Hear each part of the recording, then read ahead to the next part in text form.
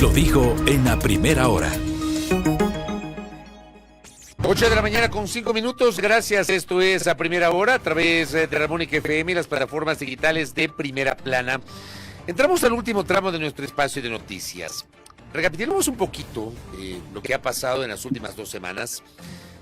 Fue materia de mi comentario el día viernes, ¿no? Porque, a ver, en mi cabeza no me cabe que de la unanimidad inicial en la Comisión de Justicia, donde están representadas varias de las fuerzas políticas del Parlamento, hayamos pasado un momento de incertidumbre en donde no hay ambiente, definitivamente no hay ambiente para resolver el proyecto de reformas al Código Orgánico Integral Penal.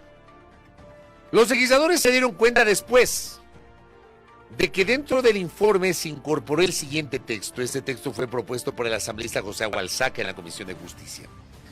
En situaciones donde la Corte Interamericana de los Derechos Humanos o Comités de Derechos Humanos de Naciones Unidas, en su calidad de entidades internacionales cuyas decisiones son vinculantes para la República del Ecuador, en virtud de los tratados internacionales ratificados por el Estado, identifiquen violaciones a los derechos humanos o errores en el debido proceso en sentencias condenatorias, estas decisiones, pronunciamientos o recomendaciones sean consideradas como fundamentos legales válidos para la revisión judicial de las sentencias en el Ecuador. Esto termina siendo polémico. Se ha hablado de que este texto apunta a dar paso a la impunidad. Eso dicen los detractores de este texto. Quiero preguntarle a un especialista en la materia, al doctor Fabián Salvioli, que está conectado con nosotros vía telemática. Él en su momento se desempeñó como presidente del Comité de Derechos Humanos de Naciones Unidas. ¿Cómo le va, doctor? Bienvenido, muy buenos días. Le saluda Fabricio Vela. Muy buenos días, Fabricio, para usted y para toda su audiencia. Gracias a usted. A ver, me imagino que habrá revisado este texto. Yo le quiero preguntar a usted, para partir este diálogo, ¿por qué este texto se torna en un texto tan polémico? ¿Hay razón para la polémica, doctor? No la hay.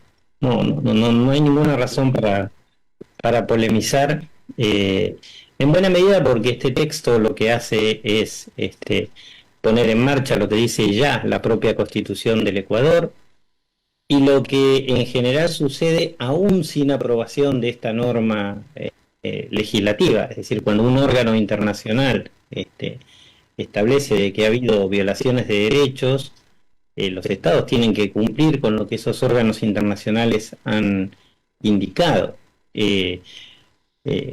Lo de favorecer la impunidad es una afirmación que yo ya directamente no entiendo, digamos. Estos órganos no resuelven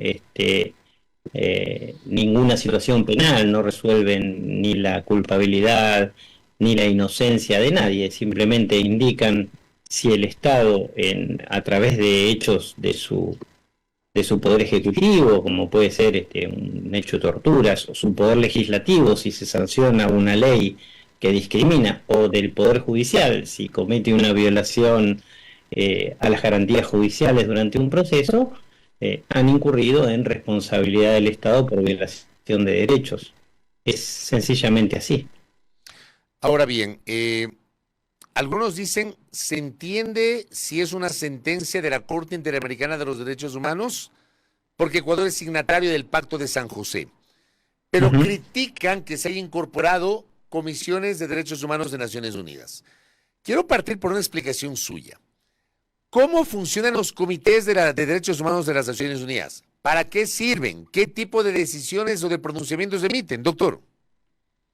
Es que ese argumento que se esgrime es válido para lo que estamos diciendo. Es decir, se entiende lo de la Corte Interamericana porque se ha ratificado el Pacto de San José de Costa Rica. Bien, entonces también se entiende lo de los órganos de tratados de Naciones Unidas porque los estados, en este caso Ecuador, han ratificado el equivalente al Pacto de San José de Costa Rica, que son el Pacto de Derechos Civiles y Políticos, el Pacto de Derechos Económicos, Sociales y Culturales, la Convención sobre los Derechos del Niño. Es decir, el argumento es exactamente el mismo. El Pacto de San José tiene 2 órganos que supervisan su aplicación, que son la Comisión y la Corte Interamericana. La Corte es quien decide en última instancia, y los tratados de Naciones Unidas tienen un solo órgano cada uno que se llama Comité, y entonces es la última instancia. El argumento es igual. Esos comités o este Comité de Derechos Humanos de las Naciones Unidas, ¿desde cuándo ha existido? ¿Y cuáles, qué tan aceptables han sido sus pronunciamientos por parte de los países que integran el sistema de Naciones Unidas? Bueno, el comité existe desde mucho antes que la Corte Interamericana. El comité existe, si yo recuerdo bien, se puso en funcionamiento en 1977, porque el Pacto de Derechos Civiles y Políticos entró en vigor en 1976. Y sus pronunciamientos son pronunciamientos que no han merecido cuestionamientos en general de parte de los estados, al menos a nivel formal. Por supuesto que a ningún estado le gusta recibir una condena internacional, ¿no? Y de hecho los estados protestan, aunque eso lo haga la Corte Interamericana de Derechos Humanos. Pero lo cierto es que luego, más allá de lo que se diga a nivel de la prensa o de los medios periodísticos, etcétera, etcétera, formalmente los estados nunca terminan cuestionando la solidez de estos argumentos, porque en líneas generales estos órganos están compuestos de gente muy prestigiosa, de gente con mucha solidez de conocimiento, y suelen fundar sus decisiones razonablemente. Yo entiendo como muy extraño el argumento de que con estos órganos se intenta beneficiar o perjudicar aquí y allá, porque se han manifestado pronunciamientos en relación a estados de todo tipo, con signos políticos diferentes, etcétera, etcétera, por parte de un conjunto de personas que además provienen de diferentes países. Son 18 personas de la más alta calidad profesional en los distintos sistemas del mundo. Y les suelo asegurar que las decisiones que se toman son muy discutidas, muy razonadas, muy fundamentadas y con una fuerte solidez jurídica detrás. ¿Cuál es el valor ya en la práctica que tienen los pronunciamientos del Comité de Derechos Humanos de Naciones Unidas? ¿Son de cumplimiento obligatorio? ¿Cómo funciona esta figura?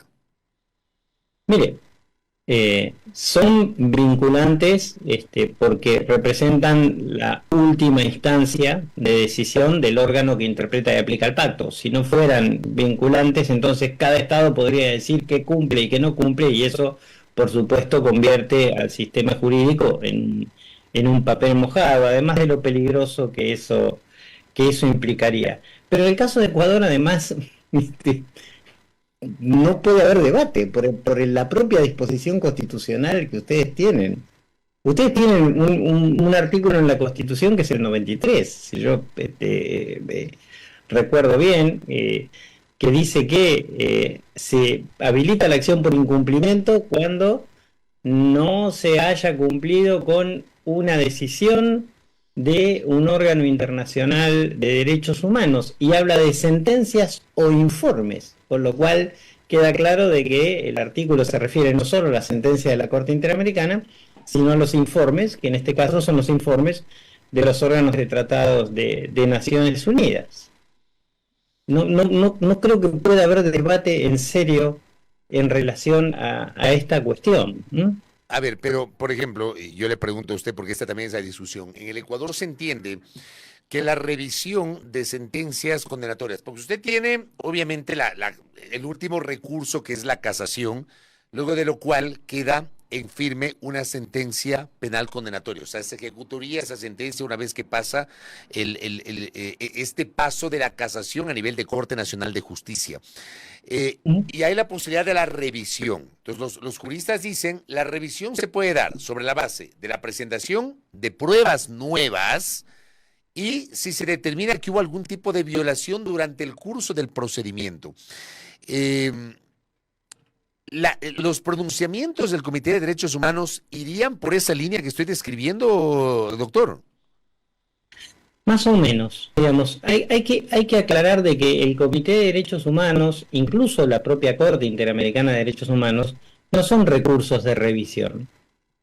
Estos órganos lo que hacen es valorar si se ha violado derechos por un hecho de Estado, y ese hecho de Estado puede ser una tortura, una ley que es discriminatoria o una sentencia que ha sido obtenida, por ejemplo, para poner un ejemplo burdo, ¿no? Una sentencia que ha sido obtenida torturando a alguien para que confiese un crimen, ¿sí? Digamos, o violando su debido proceso, digamos, con la actuación parcial de magistrados.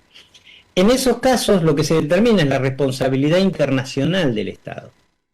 Y lo que corresponde luego es que el Estado repare las consecuencias de ese hecho. Esto es, si a mí me condenaron, supóngase que a mí me acusan por homicidio, ¿sí? Y que esto ha pasado en distintos países, hay casos en la Corte Interamericana y en otros lados. A mí me acusan por homicidio.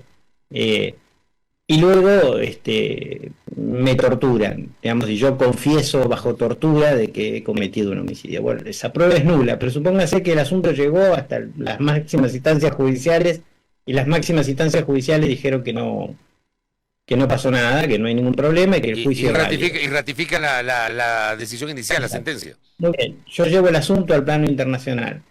Presento las pruebas, el plano internacional recibe la defensa del Estado, evalúa y dice sí o no, ha habido violación de esta persona al debido proceso, o ha sido sometida a torturas, y entonces emite una sentencia declarando la responsabilidad del Estado, y el Estado tiene que reparar las consecuencias de ese hecho.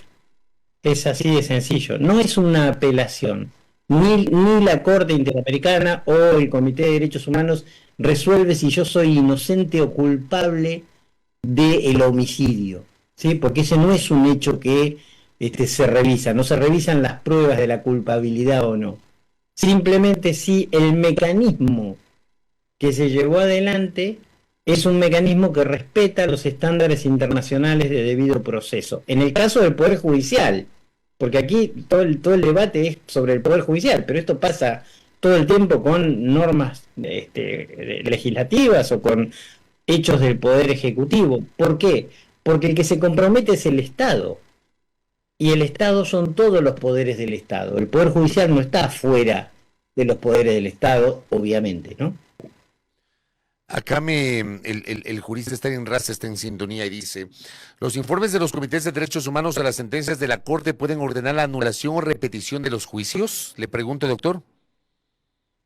Ha sucedido, digamos, en algunos casos se ha dicho que se debe anular un proceso como un mecanismo de reparación. Esto suele suceder en casos extremos, por ejemplo, de condenas a muerte, en los cuales una persona ha sido condenada a muerte en juicios que han violado todas las garantías del debido proceso.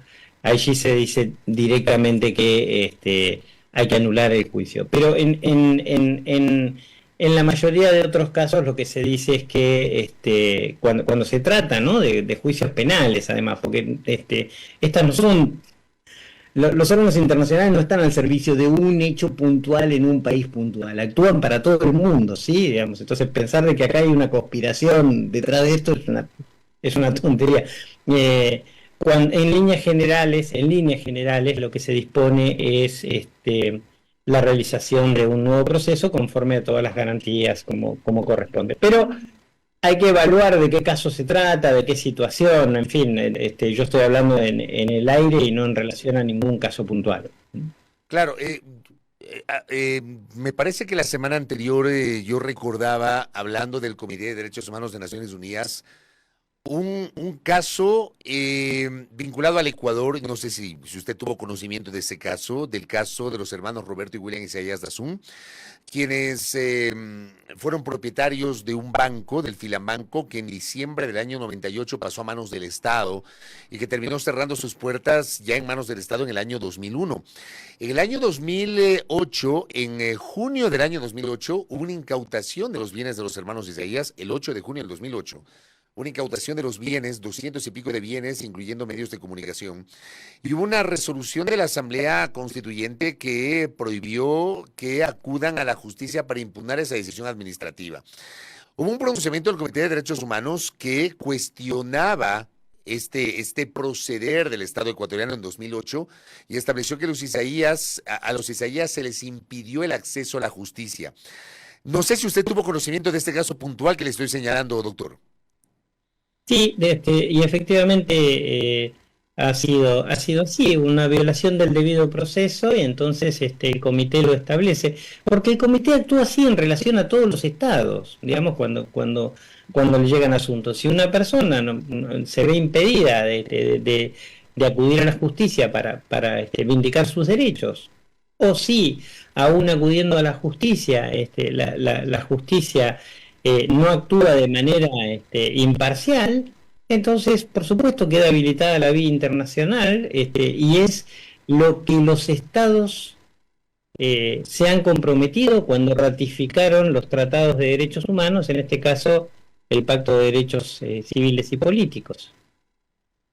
Pero, por ejemplo, en ese caso, en el caso que le estoy refiriendo, el Estado ecuatoriano, ¿qué tenía que hacer? Si la resolución del Comité de Derechos Humanos era cuestionar la falta de acceso a la justicia de los hermanos Isaías. Garantizar el acceso a la justicia, establecer un recurso idóneo para que esas personas accedan a la justicia. Pero en el caso práctico, si esta decisión se toma en 2008, en el caso práctico, ¿cómo se traduce esto que acaba de decir, garantizar el acceso a la justicia? Establecer un recurso para que las personas puedan efectivamente acudir ante los tribunales, o si no, anular el proceso que se hizo contra ellos. Pero eso es obligatorio por parte de la justicia ecuatoriana. Es obligatorio para el Estado, y la justicia es parte del Estado. No es que esto lo implementa la justicia, es el Estado el que tiene que implementar esta cuestión. Mire, yo le pongo el ejemplo de María Elena Loaiza Tamayo, que estuvo condenada con sentencia firme por la Corte Suprema del Perú, y una cosa juzgada, máxima autoridad judicial, etcétera, etcétera, aquí y allá. Luego, en el sistema interamericano, se descubre a través de pruebas que las garantías del debido proceso de esa persona habían sido completamente violadas. Y entonces el sistema interamericano ordena, en ese caso, la puesta en libertad de esa persona, porque estaba privada de su libertad a través de un juicio que no le había garantizado el debido proceso. Si el Estado no lo hace, el Estado termina cometiendo una violación continua de derechos. Tiene que inmediatamente cesar esa violación. Luego podrá, conforme a su procedimiento, someter nuevamente a juicio, etcétera, etcétera, garantizando el debido proceso. Esa es otra historia, ¿sí? O no. Pero lo que es cierto es que ese hecho que ha sido violatorio debe ser retrotraído a la instancia anterior, y sus consecuencias, por supuesto, paradas, claro. ¿Cómo? A ver, ¿el comité con cuántos integrantes está compuesto, doctor? 18. El Comité de Derechos Humanos tiene 18. 18. Hay distintas composiciones. El Comité CEDAW, por ejemplo, tiene 23. El Comité de Derechos del Niño tiene 18 también. El Comité contra la Tortura tiene 10. Eso es lo que dicen los pactos. Cada pacto dice cómo se integra cada comité. ¿Quién designa o cómo se designa esos 18 integrantes del Comité de Derechos Humanos de Naciones Unidas? Son personas propuestas por los estados, que en la Asamblea General de Naciones Unidas, los estados que han ratificado cada pacto en concreto, eligen y votan, y las personas más votadas son las que acceden a esos espacios. Además, hay ciertos requisitos para poder ser candidato o candidata. Tienen que ser personas de una alta integridad moral, de solvencia profesional. No cobran por su trabajo en esos órganos, es decir, el trabajo es absolutamente honorario. Cada quien sigue viviendo de lo que hace habitualmente. En mi caso, profesor universitario. Y por supuesto, luego rinden cuentas, es decir, bueno, en primer lugar, si hay un nacional del Estado, ese nacional no puede entender en casos contra el Estado, lo cual también garantiza imparcialidad en la tarea para que no pueda haber influencias indebidas en el procedimiento. Y luego, quien preside el órgano, cada año presenta su informe, el informe con todas las decisiones y con toda la tarea, el trabajo que ha hecho, a la Asamblea General de Naciones Unidas, donde los estados pueden plantear y cuestionar. Mire, yo estuve ahí y ni un solo estado me ha cuestionado una sola decisión que ha tomado el Comité de Derechos Humanos ni el contenido de un informe. Lo hacen en los medios de prensa, pero no lo hacen luego formalmente. O sea, no presentan oficialmente, o sea, tal vez alguien hace una declaración en la prensa, pero no presentan oficialmente un reclamo, una denuncia, ni mucho menos. No, porque no tienen cómo hacerlo, básicamente, porque las decisiones son absolutamente sólidas.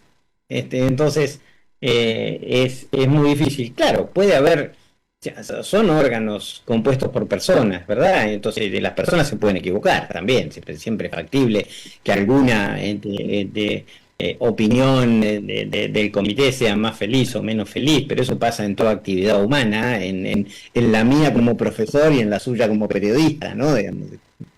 Claro, uno está expuesto a la crítica permanente y a la crítica pública o al escrutinio público y está bien. Pero, a ver, yo le hago estas preguntas, ¿por qué? Y justamente era importante que usted nos explique cómo se compone o cómo se integra el comité, quiénes justamente son parte de esa integración, cómo se seleccionan a sus integrantes, cuál es el sentido de sus fallos, ¿por qué? Porque justamente aquí en el Ecuador, aquellos sectores que son o aparecen como detractores de esta incorporación del mencionado texto en el Código Orgánico Integral Penal, aducen que, claro, y otra vez, se marca la diferencia con las sentencias de la Corte Interamericana, pero dicen, los comités pueden ser manipulables, los comités pueden ser políticos, los comités pueden emitir pronunciamientos que van a favorecer a políticos de turno. ¿Tiene asidero esa postura, doctor? No, de ninguna manera. Y quien afirma eso debe probarlo. ¿Por qué no? ¿Por qué no tienen asidero esas dudas? Bueno, ¿por qué no tienen asidero? Le digo, porque es muy difícil manipular un órgano en el cual hay 18 personas que provienen de todo el mundo, y que son personas de altísima reputación moral, personas que tienen doctorados honoris causa en muchos países, etcétera, etcétera. ¿Usted cree que es tan sencillo? Digamos, quien afirma eso debería probarlo. A mí nadie me ha venido a decir lo que yo tengo que decir, ¿sí? Yo nunca he sido sometido ni a presión, y si alguien me hubiera querido someter a presión, lo hubiera sacado a patadas. Y eso, le puedo asegurar, es válido para todas las personas que han sido mis colegas, y estoy seguro para quienes hoy integran el Comité de Derechos Humanos. Ahora bien, supóngase que puede haber alguna persona influenciable. Bueno, sí, puede pasar, ¿no? Digamos, una, dos, pero en cualquier lugar, también puede pasar en la justicia nacional. Sobre la base de que se puede influenciar, no se puede hacer seriamente un cuestionamiento. Lo que hay que hacer es, en todo caso, como usted dice, someter al escrutinio público lo que esos órganos hacen o deciden. ¿Por qué no discutimos el fondo de las cosas? Entonces, veamos las decisiones y usted dígame dónde ha habido una influencia política en la decisión del Comité de Derechos Humanos. Y entonces yo me callaré la boca. Pero si se dice, no, lo que pasa es que pueden ser influenciables políticamente, pues es lo mismo que yo le diga a usted, mire, lo que pasa es que los medios de prensa son comprados, ¿no? Pues, bueno, está bien, pero yo tengo que probar quién lo compra. No se puede emitir un pronunciamiento de esas características sin hacerse cargo de lo que se está diciendo. Porque ese pronunciamiento a mí me ofende profundamente. Eso no ha pasado, al menos en el comité que yo integré, y lo integré 8 años, no ha sucedido. Y no he visto influencia política alguna en las decisiones del comité. Hemos estado más de acuerdo, menos de acuerdo, se han adoptado posiciones por ahí más de interpretaciones más amplias o más restrictivas, pero las discusiones fueron jurídicas, 100% jurídicas. Y hemos votado de una manera, hemos votado de otra, hemos fundamentado nuestras decisiones. Yo mismo no he estado de acuerdo con alguna cosa que decidió el comité y he hecho votos separados, pero jamás he considerado que mis colegas estaban influenciados políticamente, porque no lo estaban. Doctor, gracias por el tiempo y sobre todo por esta explicación en extenso sobre cómo funcionan los comités, en este caso el Comité de Derechos Humanos de las Naciones Unidas. Era interesante y pertinente esta entrevista, fundamentalmente por las dudas que se abrieron en las últimas 2 semanas en torno a este tema que es de dominio público. Gracias, doctor. Le mando un gran abrazo. Muy gentil al doctor Fabián Salvioli, expresidente del Comité de Derechos Humanos de Naciones Unidas. 8:30. Primera plana. Todas las noticias, todas las voces.